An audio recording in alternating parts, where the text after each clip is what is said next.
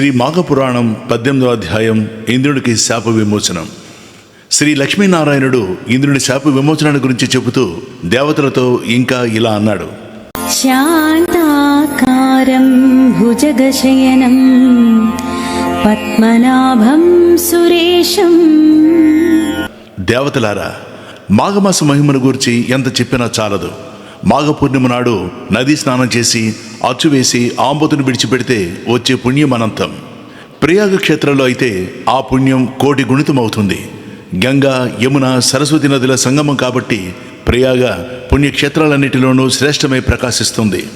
ప్రకాశించే జ్యోతిర్మండలాల్లో సూర్యుడు గొప్పవాడు, వృక్షాలలో రావి చెట్టు గొప్పది, శాస్త్రాలలో వేదం గొప్పది, అన్ని వర్ణాలలోనూ బ్రాహ్మణుడు గొప్పవాడు, ఋతువులలో వసంతం గొప్పది, మంత్రాలలో రామతారక మంత్రం గొప్పది, స్త్రీలలో లక్ష్మీదేవి గొప్పది, నదులలో గంగానది గొప్పది, పర్వతాలలో మేరుపర్వతం గొప్పది, అన్ని దానాల్లోనూ అన్నదానం గొప్పది, అలాగే అన్ని వ్రతాల్లోనూ మాఘమాస వ్రతం గొప్పది.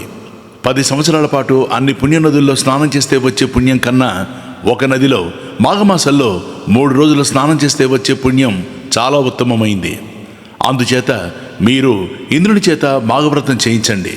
దానివల్ల అతడు చేసిన పరస్త్రీ సంగమ మహాదోషం పోయి అతని గాడిద ముఖం కూడా పోయి నిజరూపం వస్తుంది అని చెప్పగా దేవతలు పద్మగిరిని, అక్కడ ఉన్న ఇంద్రుని వెతుకుతూ వెళ్ళారు. దారిలో వారికి చిన్న కాళ్ళు, పెద్ద శరీరము ఉన్న ఒక తొండ కనిపించింది. ఆ తొండ వారిని చూడగానే మహాభయంకరంగా అరిచింది.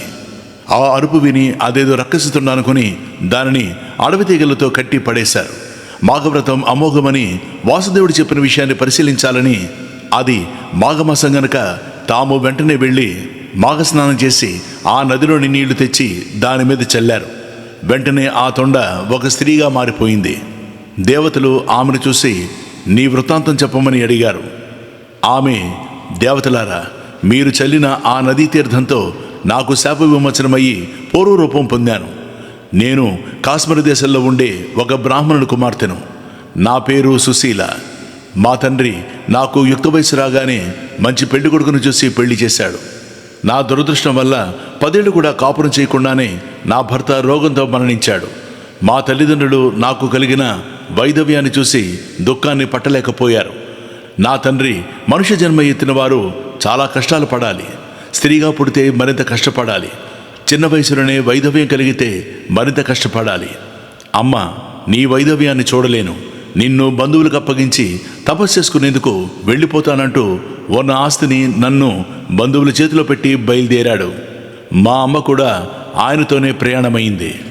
నేను బంధువుల దగ్గర ఉన్నాను. వాళ్ళు స్వార్థపరులు. నా ఆస్తిని దిగమింగి నన్ను ఇంట్లో నుంచి వెళ్ళగొట్టేశారు. ఇక నాకు ముష్టెత్తుకోవడమే గతయింది. అడుకున్న దానిలో కొంత తింటూ కొంత అమ్ముకుంటూ కొంచెం డబ్బు కూడబెట్టుకున్నాను. దైవం లేదు, భక్తి లేదు, ఉపవాసం లేదు, స్నానం లేదు, పూజ కూడా లేదు. అలా 3 రారిడ బ్రతుకు సాగించాను. ఇంకా వయసులో ఉన్నాను గనక నన్ను కోరిన వాళ్ళ కోరికలు తీర్చాను. నాకు కోరిక కలిగినప్పుడు తీర్చుకున్నాను. ఒకనాడు నేను భిక్షాన్నం తింటుంటే నాకంటే దరిద్రుడు ఒకడు అన్నం పెట్టమంటూ నా దగ్గరకు వచ్చాడు. నాకున్న దానిలోనే కొంత అన్నం వాడికి పెట్టాను. వాడు సంతోషిస్తూ దీవించి వెళ్ళిపోయాడు. ఆ తర్వాత నేను మరణించి నరకంలో అనేక బాధలు పడి తర్వాత కోతి, కుక్క, పులి, నక్క మొదలైన నీచ జన్మలెత్తాను. చివరికి తొండ రూపం ధరించి ఇలా పడి ఉండగా మీరు దయతో నన్ను శాప విముక్తురాలినిగా చేశారు అని చెబుతూ ఉండగా ఆమెను చూసి దేవతలు విష్ణుదేవుని మాటలు గుర్తు చేసుకుని, ఆహా, మేము మాఘస్నానం చేసి తెచ్చిన నీరు చల్లగానే ఈమె గతంలో చేసిన సర్వ పాపాలు నశించిపోగా దివ్య రూపాన్ని పొందింది. ఈమె వైకుంఠధామాన్ని చేరినా ఆశ్చర్యపోనక్కర్లేదు అని దేవతలంతా అనుకుంటూ ఉండగా ఆమె నిజంగానే శ్రీ మహావిష్ణు నివాసమైన వైకుంఠానికి వెళ్ళిపోయింది. తర్వాత దేవతలు గాడిద ముఖం గల ఇంద్రుని చూశారు.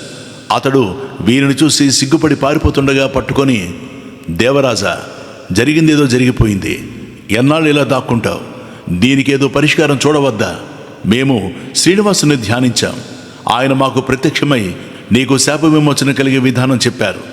ఇది మాఘమాసం గనుక ఈ మాసంలో ఈ కొండ ప్రక్కనే ప్రవహిస్తున్న నదిలో ఈ 1 నెల రోజులు స్నానం చేసి విష్ణు పూజ చెయ్యి. దానితో నీ పాపం పరిహారమై నీ పూర్వరూపం నీకు వస్తుంది.